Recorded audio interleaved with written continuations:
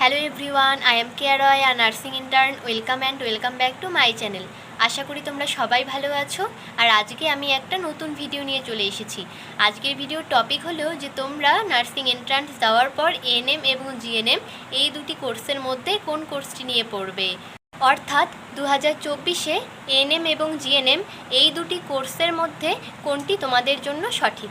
2021-এ যখন আমি ANM জিএনএমের entrance exam দিয়েছিলাম, তখন আমারও মনে হয়েছিল যে এই দুটি কোর্সের মধ্যে কোন কোর্সটি নিয়ে পড়ব, এএনএম নাকি জিএনএম। আমি অনেক চিন্তা ভাবনার পরে ডিসিশন নিয়েছিলাম যে আমি জিএনএম নিয়ে পড়ব।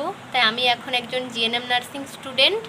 আর আমি জানি যে তোমাদের মধ্যেও এই টেনশনটাই এখন হচ্ছে যে এএনএম নাকি জিএনএম কোন কোর্সটি নিয়ে পড়বে তোমরা।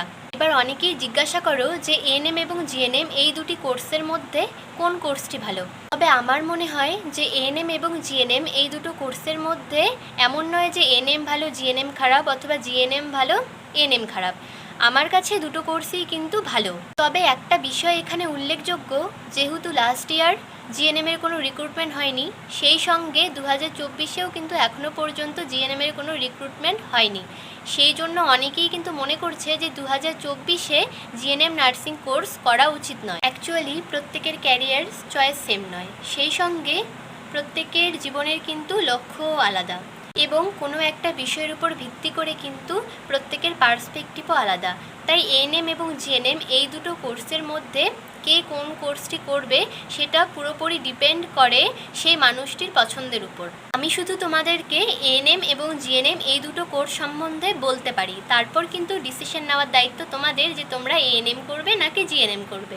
তো চলো এএনএম জিএনএম সম্পর্কে কিছু কথা বলি। তার আগে বলবো যে ব্যাকগ্রাউন্ডের এই সাউন্ডটাকে প্লিজ অ্যাভয়েড করবে। আসলে এখানে এত গরম যে আমি ফ্যান অফ করে ভিডিও করতে পারছি না। প্রথমেই বলবো এএনএম এবং জিএনএম কোর্সের ডিউরেশন নিয়ে। এএনএম কোর্সের ক্ষেত্রে ডিউরেশন 2 বছর এবং জিএনএম কোর্সের ক্ষেত্রে ডিউরেশন 3 বছর। আগে জিএনএম কোর্স 3.5 বছরের ছিল, যেখানে 3 বছর ট্রেনিং এবং তারপরের বাকি 6 মাস ইন্টার্নশিপ, কিন্তু এখন 3 বছরের মধ্যেই কিন্তু ইন্টার্নশিপ অ্যাড হয়ে গেছে। এবার বলবো এএনএম এবং জিএনএম তোমরা কোন ইনস্টিটিউট থেকে করতে পারবে।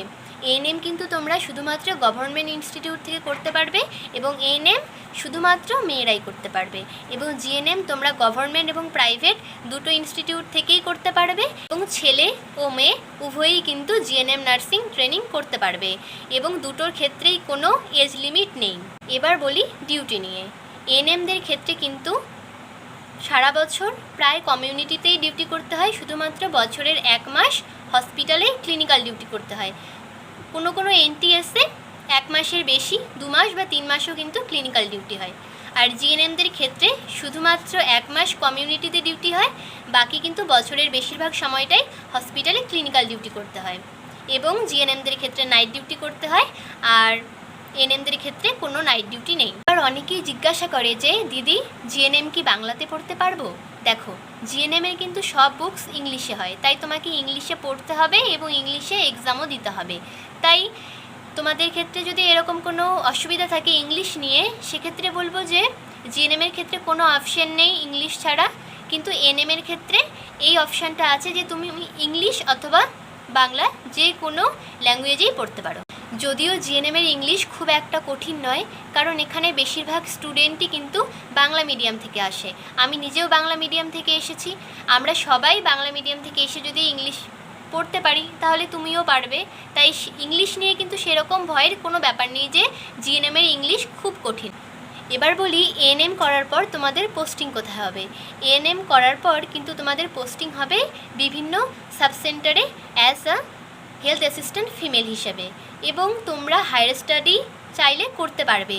তোমরা তোমাদের জব পাওয়ার 3 বছর পর আবার কিন্তু এক্সাম দিয়ে তোমরা জিএনএম ট্রেনিং করতে পারবে, এবং ট্রেনিংয়ের সময় কিন্তু তোমরা তোমাদের এএনএমের স্যালারিও পাবে। এবং তোমরা যদি পরবর্তীকালে আর কোনো হায়ার স্টাডি না করে এএনএম জব কন্টিনিউ করো, তাহলে কিন্তু তোমরা পরবর্তীকালে প্রমোশন হিসাবে এএনএমের সুপারভাইজার হতে পারবে। এবার আসে জিএনএমে। জিএনএমের ক্ষেত্রে 3 বছর ট্রেনিং, এবং তারপরে কিন্তু তোমাদেরকে প্রাইভেট কোনো ইনস্টিটিউশনে অর্থাৎ কোনো নার্সিং হোমে প্র্যাকটিস করতে হবে, এবং তারপরে কিন্তু তোমাদের যখন রিক্রুটমেন্ট হবে তখন তোমরা অ্যাপ্লাই করবে। সেখানে কিন্তু তোমাদের আপাতত কোনো এন্ট্রান্স এক্সাম শুরু হয়নি। ইন্টারভিউয়ের মাধ্যমে সিলেকশন হয়ে তোমাদের পোস্টিং হবে স্টাফ নার্স গ্রেড 2 হিসাবে কোনো রুরাল হসপিটালে অথবা কোনো ডিস্ট্রিক্ট হসপিটালে বা কোনো সুপার স্পেশালিটি হসপিটালে অথবা মেডিকেল কলেজে। এছাড়া তোমরা জিএনএম ট্রেনিং করার পর আর যে সমস্ত ট্রেনিং করতে পারবে সেগুলো হলো CPCS training, post basic BSc nursing, MSc nursing এবং তোমরা নার্সিংয়ে পিএইচডিও করতে পারবে। তোমাদের যদি জিএনএম ট্রেনিং করার পর কমিউনিটিতে পোস্টিং নেওয়ার ইচ্ছে থাকে তাহলে তোমরা জিএনএম করার পর সিপিসিএস ট্রেনিং করতে পারবে, যেটা 4 মাসের ট্রেনিং হয় এবং তারপরে কিন্তু তোমাদের সাব সেন্টারে পোস্টিং হবে as a community health officer. এবং তোমরা যদি জিএনএম নার্সিংয়ের পরবর্তীকালে পোস্ট বেসিক বিএসসি নার্সিং করতে চাও তাহলে তোমরা কিন্তু করতে পারো। পোস্ট বেসিক বিএসসি নার্সিং 2 বছরের কোর্স হয় এবং তারপরে কিন্তু তোমরা সিস্টার ইনচার্জ অথবা সিস্টার টিউটর হতে পারবে। এবং পোস্ট বেসিক বিএসসি নার্সিংয়ের পরবর্তীকালে তোমরা যদি আরও এমএসসি নার্সিং করো তাহলে তোমরা কিন্তু আরও হায়ার পোস্ট যেমন সিনিয়র সিস্টার টিউটর, তারপর deputy nursing superintendent, nursing superintendent এবং প্রিন্সিপাল নার্সিং অফিসারও হতে পারবে। এবার যদি স্যালারির কথা বলি তাহলে এএনএমদের স্যালারি 29K প্লাস এবং জিএনএমদের স্যালারি স্টাফ নার্স হওয়ার পর 36K প্লাস। আর একটা বিষয় রয়েছে যে এখন অনেকেই 2024-এ এসে মনে করছে যে 2024-এ আর জিএনএম ট্রেনিং করা উচিত নয়, কারণ এখন কম্পিটিশন জিএনএমে অনেক বেশি হয়ে গেছে। আর যেহেতু লাস্ট ইয়ার কোনো রিক্রুটমেন্ট হয়নি তাই মানুষের এই ধারণাটা যেন বিশ্বাসে পরিণত হচ্ছে। এবার আমি এখানে একটা কথা বলবো যে 2022-এ এবং 2023-এ যারা জিএনএম ট্রেনিং করে বেরিয়েছেন তারা কেউই কিন্তু বসে নেই।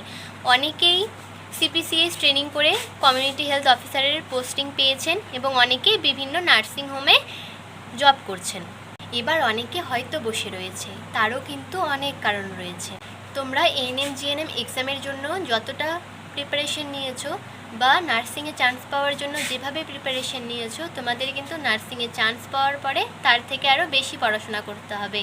অনেকেই মনে করে যে নার্সিংয়ে চান্স পাওয়া মানে চাকরি হয়ে যাওয়া আর পড়াশোনা করতে হয় না, কিন্তু এটা একদমই ভুল ধারণা। নার্সিংয়ে চান্স পাওয়ার পরেও কিন্তু পড়াশোনা করতে হয়, সেটা এএনএম হোক বা জিএনএম হোক। এবং জিএনএম কমপ্লিট করার পর জবের ক্ষেত্রেও কিন্তু জিএনএম ট্রেনিংয়ের এই 3 বছরের মার্কস প্লাস মাধ্যমিক এইচএসের মার্কসও ভ্যারি করে। তবে এএনএম ট্রেনিংয়ের পর জব পাওয়ার ক্ষেত্রে কিন্তু এরকম কোনো ব্যাপার নেই, মার্কস ডিপেন্ড করে না। এবং এএনএম ট্রেনিংয়ের পর জব পাওয়ার ক্ষেত্রে কিন্তু ইন্টারভিউয়ের কোনো ব্যাপার নেই। তোমরা এই বছরই দেখলে যে এএনএম এক্সাম শেষ হওয়ার 2 মাসের মধ্যেই কিন্তু এএনএমদের পোস্টিং দিয়ে দিয়েছিল। তো এএনএম জিএনএম ট্রেনিং সংক্রান্ত সমস্ত বিষয় আমি তোমাদের সামনে তুলে ধরলাম।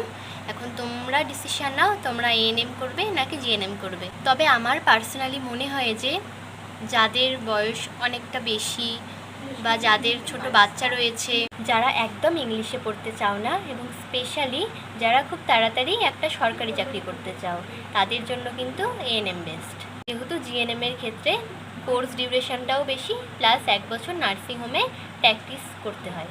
এর ভিডিও এইটুকু। আশা করি এএনএম জিএনএম সংক্রান্ত তোমাদের সমস্ত কনফিউশন আমি ক্লিয়ার করতে পেরেছি। এরপরেও যদি তোমাদের আর কোনো কোশ্চেন থাকে তাহলে তোমরা আমাকে কমেন্ট করতে পারো। এই ভিডিওটি অনেক বড় হয়ে গেছে, ভিডিওটি যারা শেষ পর্যন্ত দেখছো তাদের অনেক ধন্যবাদ। ভিডিওটি যদি ভালো লেগে থাকে অবশ্যই লাইক করবে, বন্ধুদের সঙ্গে শেয়ার করবে। চ্যানেলে যদি নতুন হয়ে থাকো তাহলে চ্যানেলটি সাবস্ক্রাইব করে রাখবে এরকম আরও অনেক ভিডিও পাওয়ার জন্য। Thanks for watching this video.